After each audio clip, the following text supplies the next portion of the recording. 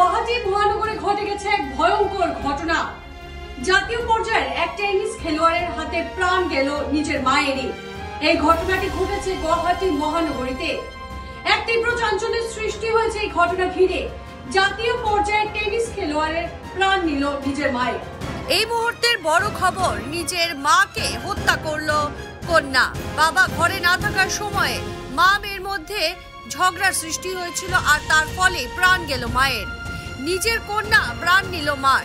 গুয়াহাটি মহানগরীতে সংঘটিত হয়েছে এই ভয়ানক ঘটনাটি। জাতীয় পর্যায়ে টেনিস খেলোয়াড় তানিয়া প্রাণ নিল মায়ের। তানিয়া হত্যা করলো মাতৃ মঞ্জু দেবীকে।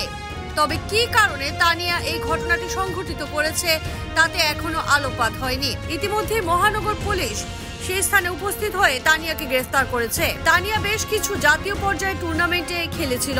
নভেম্বরে অনুষ্ঠিত হওয়া ইন্টারন্যাশনাল টেনিস ফেডারেশন আয়োজন করা জুনিয়র টুর্নামেন্টেও খেলার কথা ছিল তানিয়ার। এই টুর্নামেন্টে আন্তঃরাষ্ট্রীয় পর্যায়ে বেশ কিছু খেলোয়াড়ও অংশগ্রহণ করবে।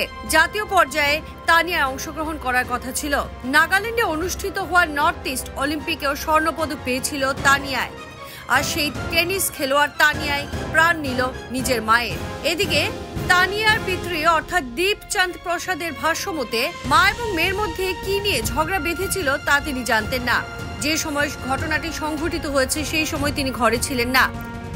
তিনি এই ঘটনা সম্পর্কে কিছুই জানেন না। তবে এইভাবে মেয়ের হাতে মায়ের প্রাণ যাওয়া নিয়ে এক তীব্র চাঞ্চল্যের সৃষ্টি হয়েছে অঞ্চল জুড়ে। ঘটনাটি মহানগর গুয়াহাটিতে সংঘটিত হয়েছে। এক উদীয়মান টেনিস খেলোয়াড়ের হাতে প্রাণ গেল নিজের মায়েরই। মামের মধ্যে কিছু ঘটনা সংঘটিত হয়েছিল। মামের মধ্যে কোনো ঘটনা নিয়ে ঝগড়ার সৃষ্টি হয়েছিল আর যার শেষ হয়ে দাঁড়ালো এই ভয়ঙ্কর পরিণতি। মেয়ের হাতে প্রাণ গেল মায়ের। যে কোনো খবরের জন্য যোগাযোগ করুন 7099017330 এবং 7099017110 নম্বরে।